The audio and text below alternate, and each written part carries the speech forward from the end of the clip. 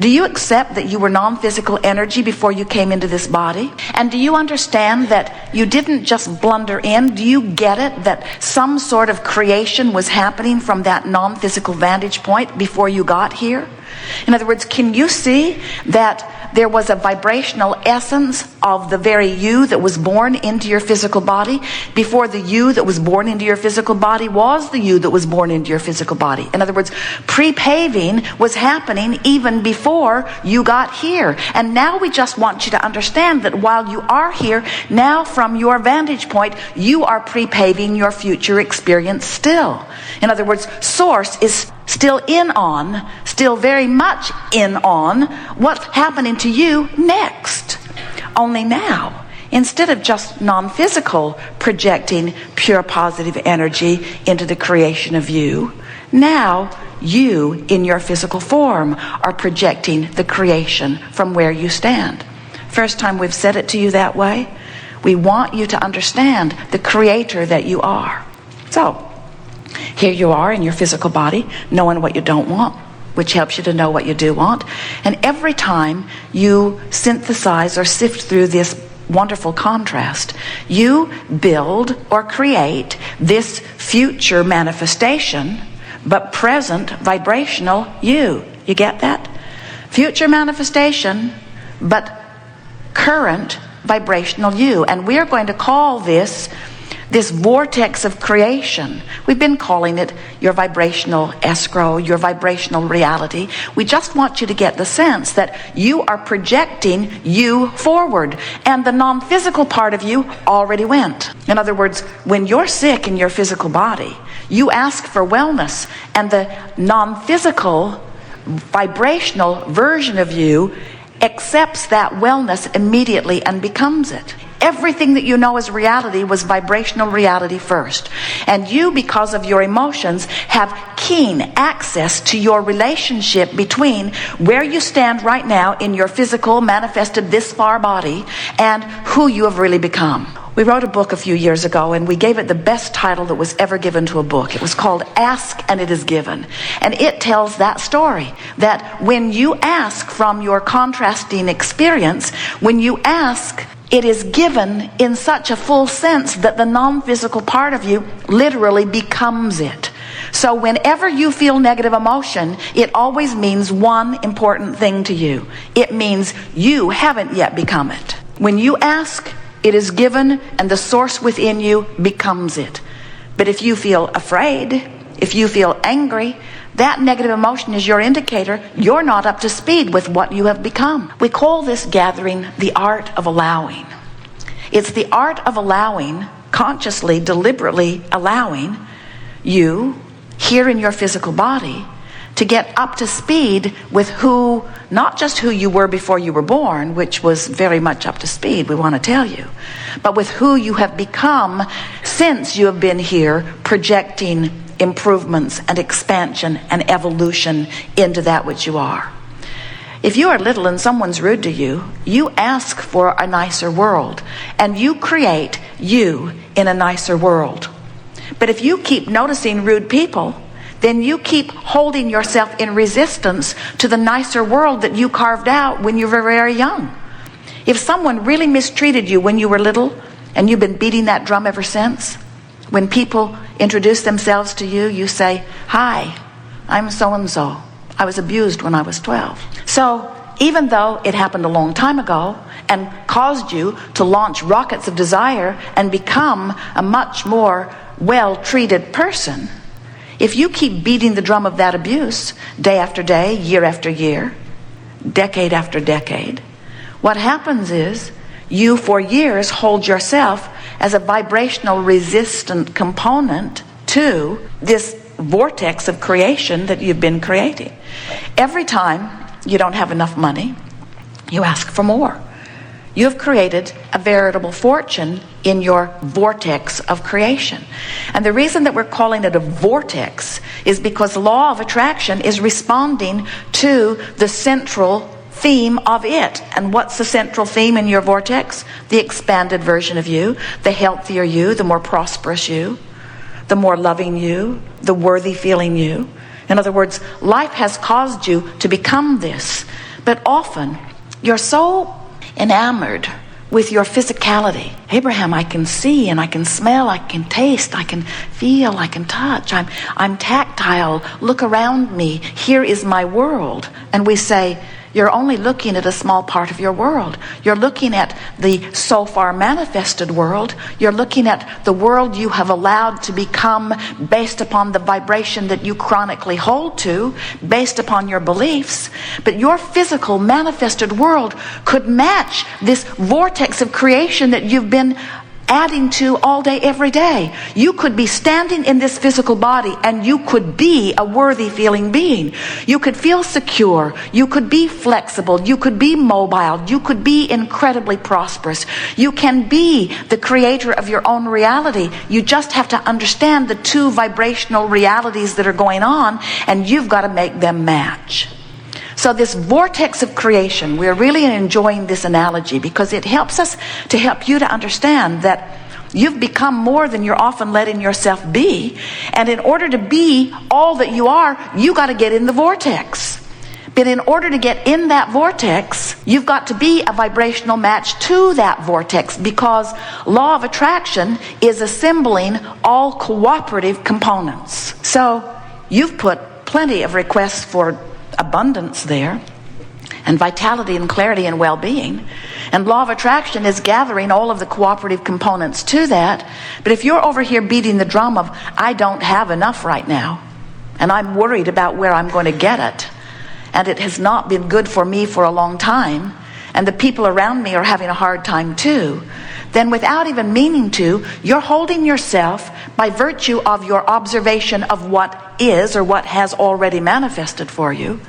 You're holding yourself in observation of your physical world in vibrational resistance or opposition to your non-physical vortex of creation. Esther loves it when she comes back to a city like this or back to her hometown and sees that landmarks are still there. In other words, it's nice to feel the stability of your physical reality. But you get so caught up in the stability of your physical reality that you don't let yourself expand proportionate or in the timing of your true expansion. When you ask for something, it's given now. Why don't you go where it's given? And then when we ask the question, are you enjoying the contrast of your time and place? Are you enjoying your new desires? You would say, yes, I am. I'm enjoying my new desires because I get one and I receive it. And then I get another idea and I receive it. And I get another idea and I receive it. Life's good out here on this leading edge of creation. So if there are things that you have been wanting that are not showing up, are taking way too long, or not seeming to show up at all, it's for only one reason. You've got a habit of thought. That's what beliefs are. A chronic thought that you keep thinking, usually based upon something you're observing. In other words, where is it? Where is it? I don't see it. Where is it? I don't see it. Where is it? I don't see it. It's not here. Where is it? I don't see it. I don't see it. It's not here. It's not here. It's not here. It's not here. It's not here. I don't see it. Do you see it? I don't see it. Do you see it? I don't see it. Do you see it? I don't see it. Do you see it? I don't see it. I don't see it.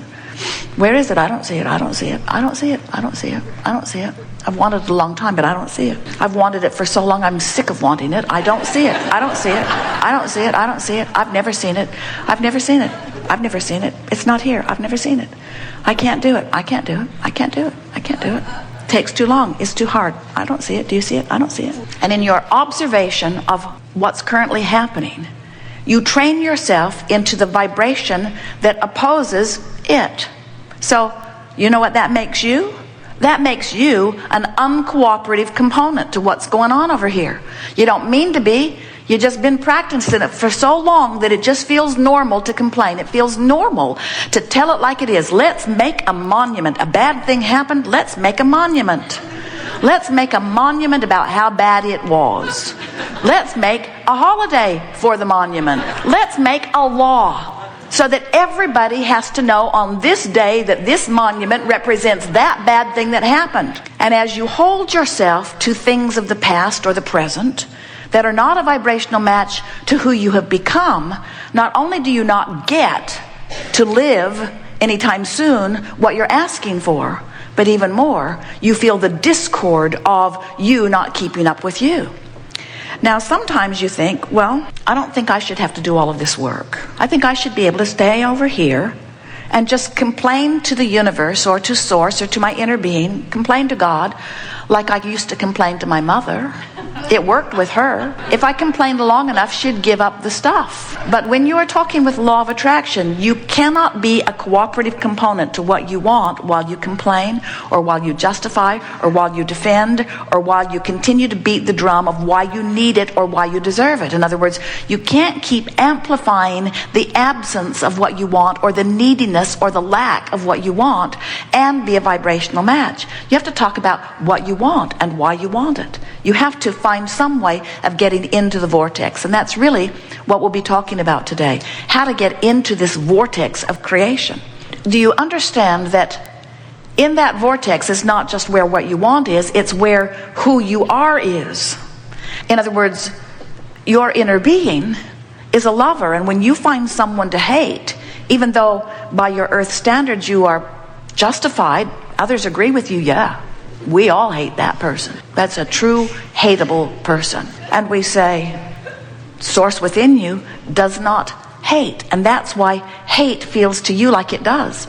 It's the feeling of not resonance with the wholeness of who you are. It's the disallowing the fullness of who you are. So occasionally Esther says, as she stands outside her vortex, while we are standing over there inside her vortex, Esther will say, Abraham, I really think you should come over here with me, because I know I'm right. This is true.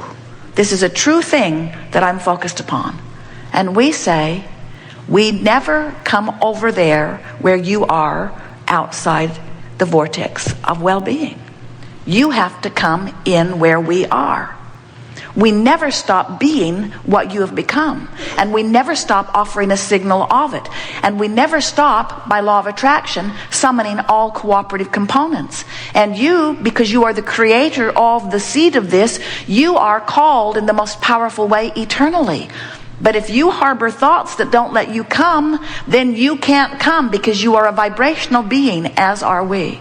You are vibrational first and foremost, and all this other stuff, all of this physical trapping, is just the wonderful extension of creation. So we want to do a good sales job here today to not only help you to understand the reality of this vibrational reality, but the sweetness of it, the wholeness of it, the fullness of it. We want you to today leave this gathering understanding completely what every negative emotion you have ever felt meant. Because in every case, all it meant was you just weren't up to speed with you. You didn't let yourself, by virtue of the thought you were thinking, be all that you have become. And when life causes you to become more, you gotta be it, or you're not going to feel good. So it's always accurate to say, if your life had not caused you to become more, then you would not feel discord when you don't become it. And sometimes you know that. You say, I wish I didn't want that. I felt better before I wanted that. And we say, if you felt better before you wanted it, it only means the larger part of you wants it, and the physical part of you is denying it by virtue of a chronic thought. That's what doubt is. Doubt is the feeling that you get when you've got an opposite thought more active in you than the thought of what you really want and who you really are. Sort of get it? We're eager to talk with you about anything that is important to you. It is our desire to coax you into the vortex on whatever the subject is. We have a whole bag of tricks to help you find your way in. But most of all, we want you to know that once you understand these two vibrational aspects of you, you're now going to understand everything that you've ever lived, or everything that anybody else is living. In other words, there are no mysteries once you understand the laws of the universe. And the laws of the universe are very simple. Law of attraction says that which is likened to itself is drawn. So in this non-physical vortex, everything vibrational that is likened to your desire has already been assembled. That's why we can look into your vortex of creation and let you know it is absolute that what you want is done. The expanded, evolved version of you is vibrationally completed.